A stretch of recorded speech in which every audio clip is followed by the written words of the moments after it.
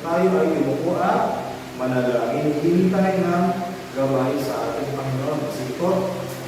Maraming salamat aming Diyos sa panibagong araw, sa panibagong kalakasan na itinatulog ito sa amin at sa araw ito na magiging makapag-aral ng mga bagay na naisang matutunan namin na magagamit namin sa aming pang-araw-araw na buhay.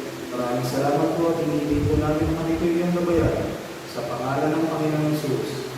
Amen. Ayan. So, ngayong umaga, tignan natin kung sino po ang iba. Meron bang ibang ngayon? Wala. Kompleto. Very good. So, palakpakan nga natin ang tatlong beses natin mga sarili. 1, 2, 3. Ayan. O sige, tayo tayo lahat at tayo ay mag-exercise. So, ito yung pangpagana natin, ha? Lahat tayo sasayaw at kakanta. Ready? Okay, sige. Ako'y isang komunidad. Ako'y isang komunidad. Ako'y isang komunidad. Ako'y isang komunidad. La la la, sumayaw sayaw at umindak-indak. Sumayaw sayaw patulad ng dagat.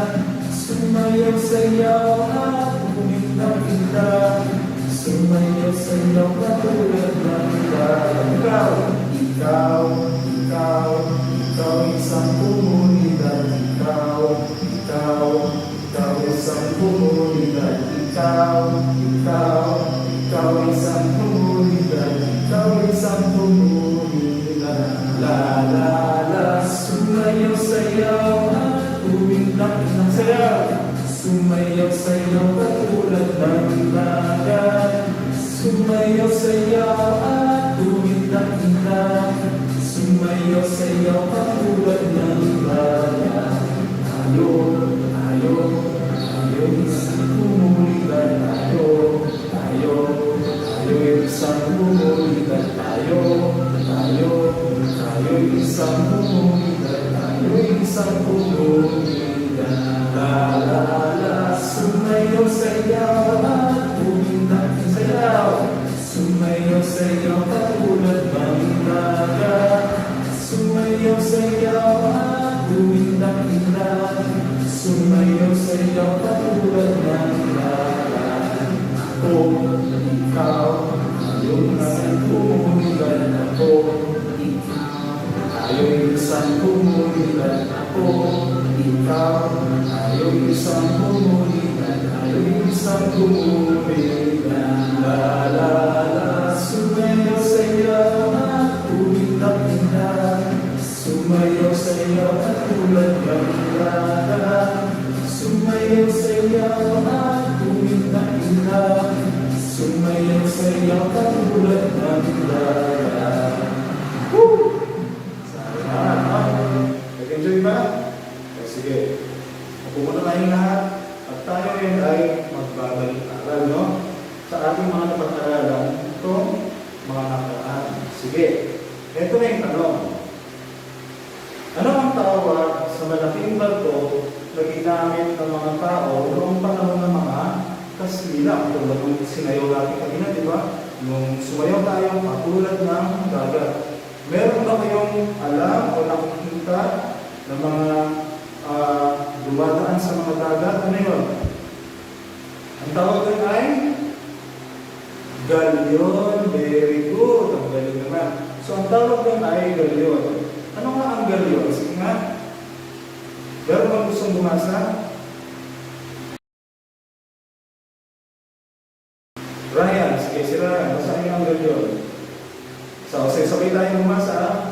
Ang galyon ay ang nagsisilbing transportasyon sa mundo at nagdadala ito ng iba't ibang produkto mula sa iba't ibang bansa.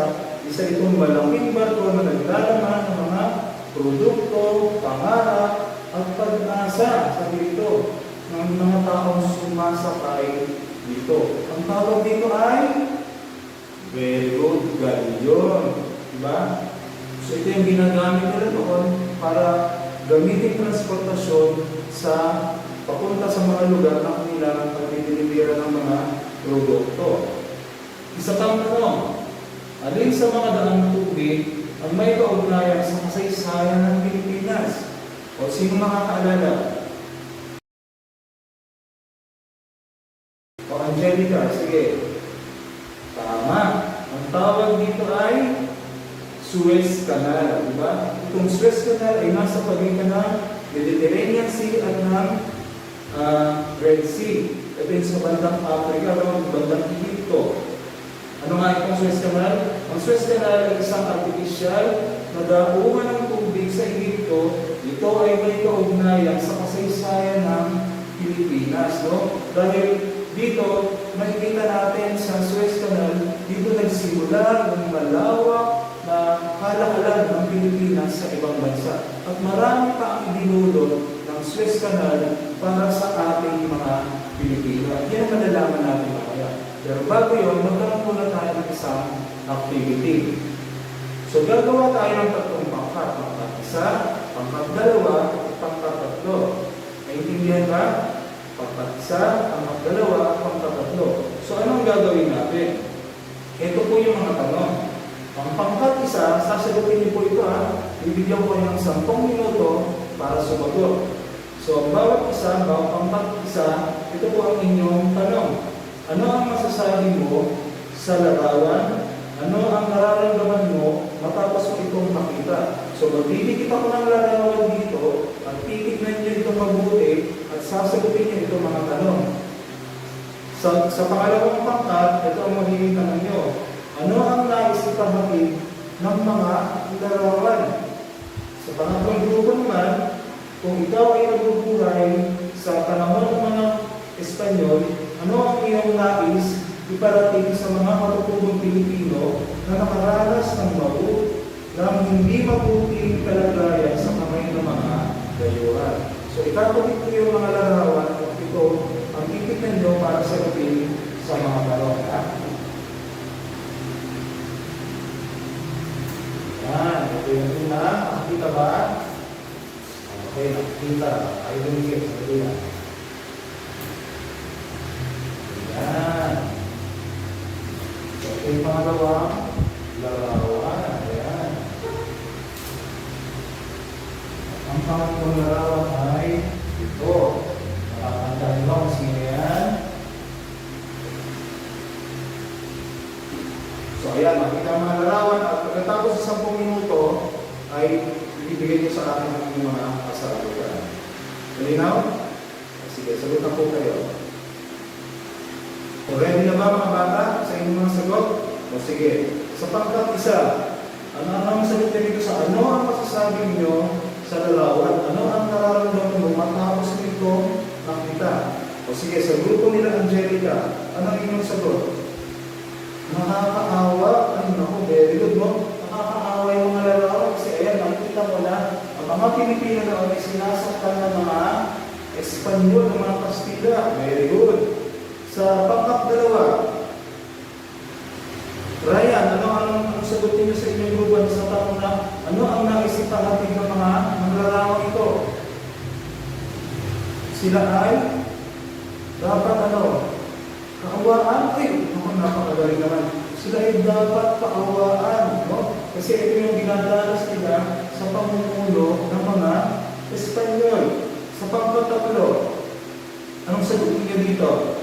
Sige, Lisa. Gusto nilang tumakas?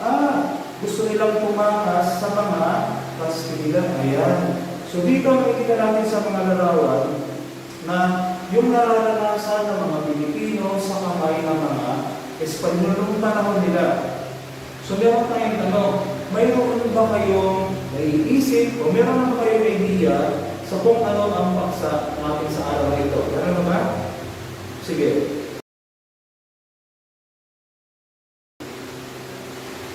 Ramatali. Nationalismo? Ay, ang galing nag-research ka ba? Ayan yung pagmamahal sa bayan. Ayan yung tinatawag na nationalismo. Sige nga, Ramatali, ito na rin ang magbasa nito. Ayan. Ano ang nationalismo? Very good, no? Ulitin na ni teacher, no? Ang nationalismo ay pagkakaroon ng iisang mabuting adhikain para sa bansa, di ba? Yung pagmamahal sa bansa, ito yung pag-ibig mo sa iyong bayan, no? Yun yung tinatawag na nationalismo. Sige. Pero bago natin talakayin yung nasyonalismo, alam niyo ba na merong ginawang pag-aaral ang World Bank para sa edukasyon, sa uri at kalidad ng edukasyon sa Pilipinas. Alam niyo, nakakalungkot ang pangyayari. Yung naging resulta nito ay napakababa ng ating score, ng ating puntos, ng ating naging marka. Dahil hindi tayo umabot dun sa standard na dapat meron ang Pilipinas. No? Nasa below average tayo. So, ibig sabihin, hindi maganda yung kalagayan ng ating edukasyon ngayon dito sa Pilipinas. No? Sige nga, bilang mga mag-aaral, paano nang ipapakita ang inyong pagmamahal sa bayan o ang pagiging nasyonalismo? Teresa, sige nga. Ano sabi? Mag-aaral na mabuti. Ayan. Dito, mag-aaral daw na mabuti si Teresa para sa may pakita niya ang kanyang pagmamahal sa bayan. Sino pa? Ramon. Maglilinis ng silid-aralan. Talaga na David. Tandaan niya na si Ramon daw ay maglilinis ng silid-aralan bilang pagpapakita ng kanyang pagmamahal sa bayan. Si David. Paano ipapakita ang iyong pagmamahal sa bayan? Susunod sa magulang. Ayan. Ayan ha, tandaan niyo. Si David daw ay susunod sa kanyang mga magulang. Sige, si Marites. Paano ipapakita ang iyong pagmamahal sa bayan? Panghihiramin ng ballpen iyong kaklase. Talaga. Pag wala kayong ballpen, may Marites kayo, pupunta ha? Sige. Ikaw naman, Rigor. Paano ipapakita ang iyong pagmamahal sa bayan? Maglilinis ng kalat. Ayan. So siya daw yung maglililit ng mga kalat nyo. Si Rigor. Rigor, alam nyo, napakabuting mga adhikain para sa ating bayan. Pero ngayon, dadalhin ko kayo sa nakaraan. No? Gusto niyo bang bumalik kayo sa nakaraan? Dadalhin ko kayo sa nakaraan kung saan makikita nyo ang kalagayan ng mga Pilipino at makikita nyo kung ano ang kinalaman nung pinag-usapan natin kaninang Suez Canal, yung pangmalawang kalakalan para lang sa ganon ay magdugtong ito sa ating kinabukasan ngayon. Diba? Paano natin ito ipapakita? So, pupunta tayo ngayon dito. Ayan, yung Suez Canal. No? Alam niyo ba, yung pagbubukas ng Suez Canal ay nagbunga din ng pagpasok ng mga aklat. No, aklat mula sa mga sa Europa at dito, makikita natin na nagkaroon din ng pagkakataon itong mga mayayamang Pilipino na makapag-aral sa ibang bansa. So, nagpaligan. May dumating na aklat, may lumabas sa mga Pilipino at dito nagsimula ang tinatawag natin pagiging liberal nitong mga tao ito. Sila ang mga tao na tinatawag natin mga ilustrado. Yan. Ang mga ilustrado, ito yung mga tao na may adhikain sa pampolitika, may adhikain sa pagkakaisa at kalayaan. So, ito yung mga nabigyan ng mga pagkakataon na makapaglakbay sa ibang bansa para mag-aral. Alam ba? Kasi marami silang pera. Sila yung mga nasa middle class, sila yung mga medyo mayayaman sa panahon nila noon. Kaya meron silang pagkakataon na makalabas ng bansa. Sige nga, basahin nga natin yung ilustrado. Sabi nito, pakinggan nyo ha. Ang salitang ilustrado ay salitang tumutukoy saan? Sa mga taong nakababatid ng kalinawan at kaliwanagan. Sila ay kabilang sa mga taong nakapag-aral at pamilyar sa mga filosofiya ng liberalismo at nasyonalismo na nagmula sa Europa, kaya naman sila ay nakaangat noong panahon ng mga Kastila. Meron ba kayong kilala ng mga dito sa larawan na nakikita nyo? Sino? Siyempre, si Dr. Jose Rizal. Si Dr. Jose Rizal ay isa sa mga tinatawag na ilustrado. Anong natatandaan nyo kay Jose Rizal? Ha? Anong natatandaan nyo kay Jose Rizal? Si Jose Rizal, paano niya pinakita ang kanyang pagiging nasyonalismo o yung pagmamahal sa bayan? Si Jose Rizal ay sumulat ng mga libro, no? Binaan niya ang kanyang pagmamahal sa bayan sa pamamagitan ng pagsulat ng mga libro. Ito yung Noli Me Tangere at El Filibus mismo. Ang dalawang nobelang ito ay naglalaman ng mga kwento kung paano ipinapakita yung tunay na kalagayan ng mga Pilipino sa kamay ng mga Kastila. No? Naaati sila. Ang Tagalog itong Noli Me Tangere, huwag mo akong salingin. No, para ilihain yung tulad niya ang kalagayan ng ating bansa noon na parang isang merong matinding kanser kapag hinawakan mo ay masakit. So, ganun yung sitwasyon ng ating bansa sa panahon ni Rizal. Kaya itong ginawa ni Rizal, dahil sa pagpunta niya sa Europa, nakabasa siya ng mga nobela. O dahil naging bukas ang isip niya dito, at nakita niya mga nobela, ito yung ginamit ng mga tao noon para mabuksan niya ang isip ng mga kababayan nila at nang sa ganun, mamulat sa katotohanan kung ano yung totoong kalagayan ng kanilang bansa. Ito po yung ginawa niya sa Rizal. Sumulat siya ng Noli Me Tangere at El Filibusterismo para nang sa ganun, ipakita at limukin ang mamayang Pilipino na mabuksan ang kanilang kaisipan nang sa ganun, malaman nila ang tunay na kalagayan ng ating bansa. No? At alam niyo ba, itong pagsulat ni Jose Rizal ang naging hitsa ng kanyang buhay.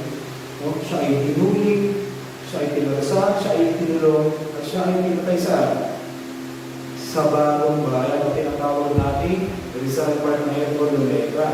Nakapasyal na ba kayo ng Luneta? Ay naku, inaayos ang Luneta ngayon at pinapaganda nila, no? Kaya pwede nyo siyang pasyalan. Sige nga, paano ipinakita ni Jose Rizal ang kanyang labis na pagmamahal sa bayan o ng pagiging nasyonalismo? Sige, paano? JB, paano yung pinakita?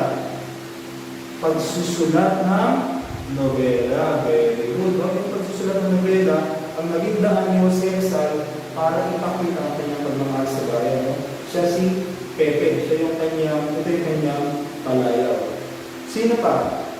Sino pa ang isang kilala nyo na ilustrado na nagpakita ng pagmamahal sa bayan? May papakilala ko sa inyo. Siya si Claridel o si Marcel H. Del Pilar. Kita niya mga bigote nila, di ba? Para mga Mr. Suave. Si Marcel H. Del Pilar, ang ginawa niya naman ay gumawa siya ng mga pahayagan o yung mga dyaryo ngayon, di ba? Sino na nakakita ng dyaryo dito?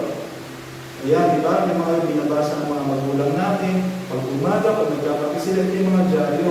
At ang laman ng mga dyaryo nito, ang laman ng mga pahayagang ito, ay mga damdamin ng isang Pilipino na nakikita, ipinapakita ni Marcelo Del Pilar yung kalagayan ng mga Pilipino. Nais na maiparating ito sa pamamaraan ng Europa. Ang sa ganun, nakita ng namumuno sa Europa na ang nangyayari sa Pilipinas ay hindi maganda. Yung mga pinadala nila dito, mga Espanyol, yung kababayan ng mga taga-Europa, ay inaapi ang ating mga kababayan. So, doon yung nais nangyari ni Claridel, na gusto niyang makarating sa Europa yung pangit na nangyayari sa Pilipinas sa pamumuno ng mga Kastila. Sumulat siya ng dyaryo. Ayan.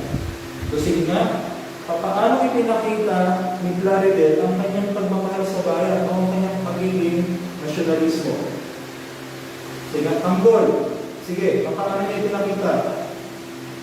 Gumawa siya ng pahayagan. Very good. Napakatalina ng kanyang tanggol, no? Ang isa pang ipapakilala ko sa inyo na isa sa mga ilustrado noon ay si General Luna. Siya si Tonying, kung tawagin nila Tonying, no? Isa siyang general. Kung si Pepe at si Claridel ay dinaan nila ang kanilang pagmamahal sa bayan sa pamamagitan ng pagsulat, si General Luna, iba. Ang ginawa niya ay pakikidigma bilang isang sundalo, ay ginawa niya pakikidigma sa mga Amerikano. Kasi inaanti tayo ng mga Amerikano. Nakikita niyo dito yung dami ng General Luna na talagang nakikipaglaban siya para sa kalayaan ng mga Pilipino. Kahit iluwis niya ang kanyang buhay. Pero meron siyang isa pang mas malaking problema. Nahihirapan siya kasi noon, hindi lang Amerikano ang kanyang kalaban, hindi yung mga kapwa niya Pilipino. Tignan niyo yung usapan nila ni Ruben. Ito, babasahin ko sa inyo, ha? Sabi niya ito, negosyo o kalayaan, no? Bayan o sarili, pumili ka. Anong sagot niyo din? Ganyan naman po ang mga Pilipino, palagi inuuna ang pamilya. Anong sagot nito niya? Sabi niya, at yan din ang sakit natin. Kaya natin magbuwis ng buhay para sa pamilya, pero para sa isang prinsipyo mga bayan. May mas malaki tayong kalaban sa mga Amerikano, ang ating sarili. Malaking trabaho ang ipagkaisa ang bansang watak-watak, Ruben. Kalaban ang kalaban, kalaban ang kakampi. Nakakapagod. Sabi ni Yuna, mas madali pang pagkasunduin ang langit at lupa kaysa dalawang Pilipino tungkol sa kahit na anong bagay. So dito makikita mo yung damdamin dito ni na masakit para sa kanya. No? Masakit para sa kanya yung nakikita niya ang kapwa niya Pilipino ay hindi niya maasahan para lumaban sa mga Amerikano. So sarili niyang kababayan ang kanyang kalaban dito. Diba? Napakahirap nun. Balikan natin itong mga larawan kanina. Nakakaawa sila. Ito yung ginawa ni Pepe, ni Claribel, at ni naaawa sila sa mga kababayan natin na inaatay ng mga dayuhan, ngunit ito mga Pilipino ay hindi ulit sa katotohanan na ganito ang kanila kalagayan. Kaya ganito nila ipinakita ang kanilang pag-ibig at pagmamahal sa bayan. Para ano? Para magkaroon tayo ng kalayaan. Ito yung tinatamasa nating kalayaan ngayon. Hindi tayo sakop ng mga dayuhan at tayo nagtatamasa itong paghihirap na ginawa ni Pepe, ni Claribel at ni Ning at ng iba pang mga bayaran na kilala natin. So ngayon magkakaroon tayo ng panibagong activity, no? Meron kayong pangkat-1, pangkat-2, pangkat-3 at ito yung inyong mga sasalitan. No? Ayan. Sa pangkat-1, bibigyan ko kayo ng 10 minuto ulit, bibigyan ko 10 minuto at mag-usap-usap kayo at sagutin kayo itong mga tanong na bibigay ko sa inyo. Sa pangkat-1, ano ang mga kontribusyon ng mga dayuhan sa pag-usbong ng nasyonalismo? Yung kontribusyon ng mga dayuhan para sa pag-usbong ng nasyonalismo. Sa pangkat-2, bakit mahalaga ang pag-aralan ng kasaysayan? Itong ginagawa natin, aral tayo sa panahon, di ba? Ng nakaraan. Bakit ito siya mahalaga ang pag-aralan? Yung pangkatlo, ano ang mga pangyayari sa kilusang nag-ambag sa pag-usbong ng kamalayang nasyonalismo? Yung tanong nyo, ano yung mga pangyayari at kilusang nag-ambag sa pag-usbong ng kamalayang nasyonalismo? So, ito yung ating mga sasagutin. Malinaw? Okay, sige. Simulan na po ang pagsagot. Sige mga bata, time is up. Tapos na po ang 10 minuto. Sige, sa pangkapuna. Ayan. Pangkapuna. Sa pangkapuna ulit ni Angelica. Ano ang inyong naging sagot sa tanong na ito? Ano ang kontribusyon ng mga dayuhan sa pag-usbong ng nasyonalismo? Sige nga, ano yung naging usapan nila? Ano daw naging kontribusyon ng mga dayuhan sa pag-usbong ng nasyonalismo? Yung pagdadala ng aklat, diba? So yung taalala yung pinag-aralan natin kanina, itong mga dayuhan dahil sa malawang palakalan, nagdala sila ng iba't ibang aklat na may mga idea ng liberalismo at nasyonalismo. Yung malawak na pag-unawa kung sa kalayaan, sa demokrasya. Ay, ang galing naman ng pangkat-1.